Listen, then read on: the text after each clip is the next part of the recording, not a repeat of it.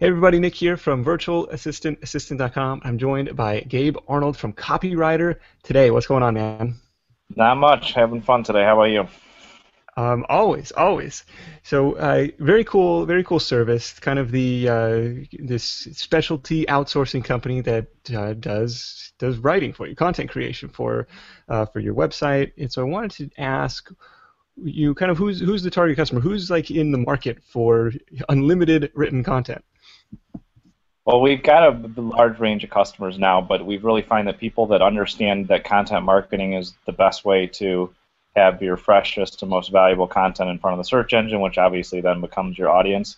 Um, we have customers everywhere from just solopreneurs that are launching their blog and getting content out there to large corporations that know they need to run, an active blog in order to attract their audience and keep everything, on track there. So we do everything from time management coaches to we have a STEM technology education company that's a large company, and we do self-help and inspirational things. I mean, there's a huge range of the topics and content that we can write for, but it's really ideal for somebody that either doesn't enjoy writing or for that person that maybe they do enjoy writing, but they just don't have the time to crank out content consistently.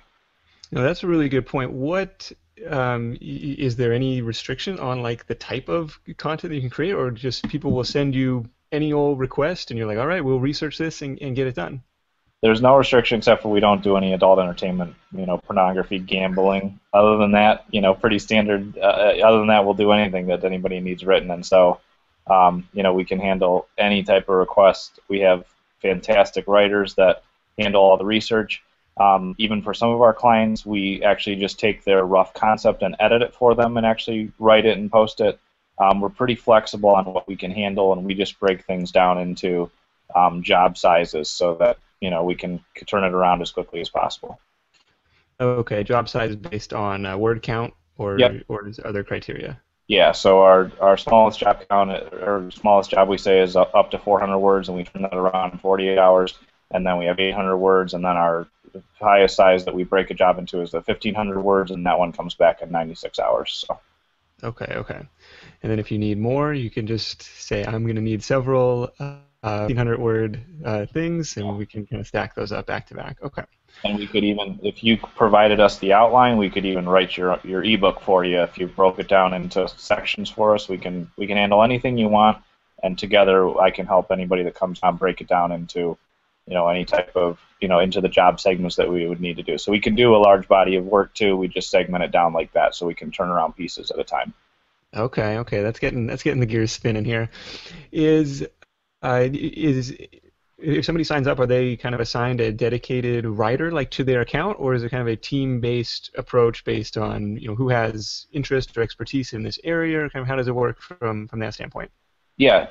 Well, generally, right now we have 12 writers, and we're growing every day, so that number will be huge by the time you even publish this. We'll probably have more people on. But generally, we do try to assign one writer to a client, but our team all communicates, and we're hybrid in the sense that if, a client brings us more work than one writer can do at a time, then there'll be two people assigned to it. But generally, we do try to keep the same writer with the client. But all my writers are trained and managed by me, and so we all go through the same research process, the same writing process, and everything. So we really, clients, in the instances where I have had to switch a writer, clients don't miss a beat or notice anything because we all have the same capabilities, and we can write in any style or voice or in any output that the client needs. Okay.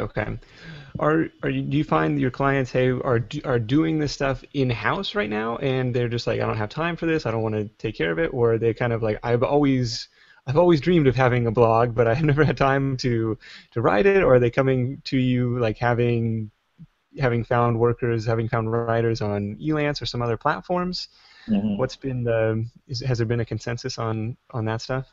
There's probably three main segments that we see. One is like you mentioned, like somebody's like, well, I know I need to have a blog and have it updated, but I've never had the time and I don't write. And so now they're able to turn on having that fresh content come through and have a blog, and they don't have to worry about it. The other people are some of those solopreneurs that have been trying to do all their own blogging but realize that they need to put a little bit more content out there, be a little more active, and so we can kind of supplement what they're doing. And then the last segment that we're starting to see a lot of is that online marketers who really understand how search engines work in the SEO world realize that high quality content written in the United States ranks above everything else. When you go into the SEO world and trying to just produce articles and content. So we do have, a pretty big segment of our audience or of our client base that is, looking strictly for search engine optimized articles. So those are probably our three biggest segments, and then there's obviously some other smaller variations. Okay, no, that's really interesting. I found too that recency plays a big role in the algorithm too, and it's like, hey, if you all else being if your article is written in 2014 versus 2012, like, hey, Oh yeah. it's likely to rank well. So kind of getting in the habit of constantly creating that stuff makes a lot of sense. You brought up a good point there. This is all U.S. based writers, not kind of a worldwide distribution. Yep. So with some of the stuff that I've gotten back from Fiverr or from some of these other sources, you never really know where it's coming from, and it serves its purpose because it kind of gives me an outline, gives me something to build on, but Mhm. it's still requiring a heavy amount of editing to go back. So talk a little bit about your team. This only 12 writers at the moment, but growing, on an all-American platform. Yep. Well, over the years, I mean, I've been on Odesk for a long time, 5 or 6 years. I'm not sure how old it is. Odesk and Elance and all those services serve a great purpose. There's definitely things that business owners should consider outsourcing.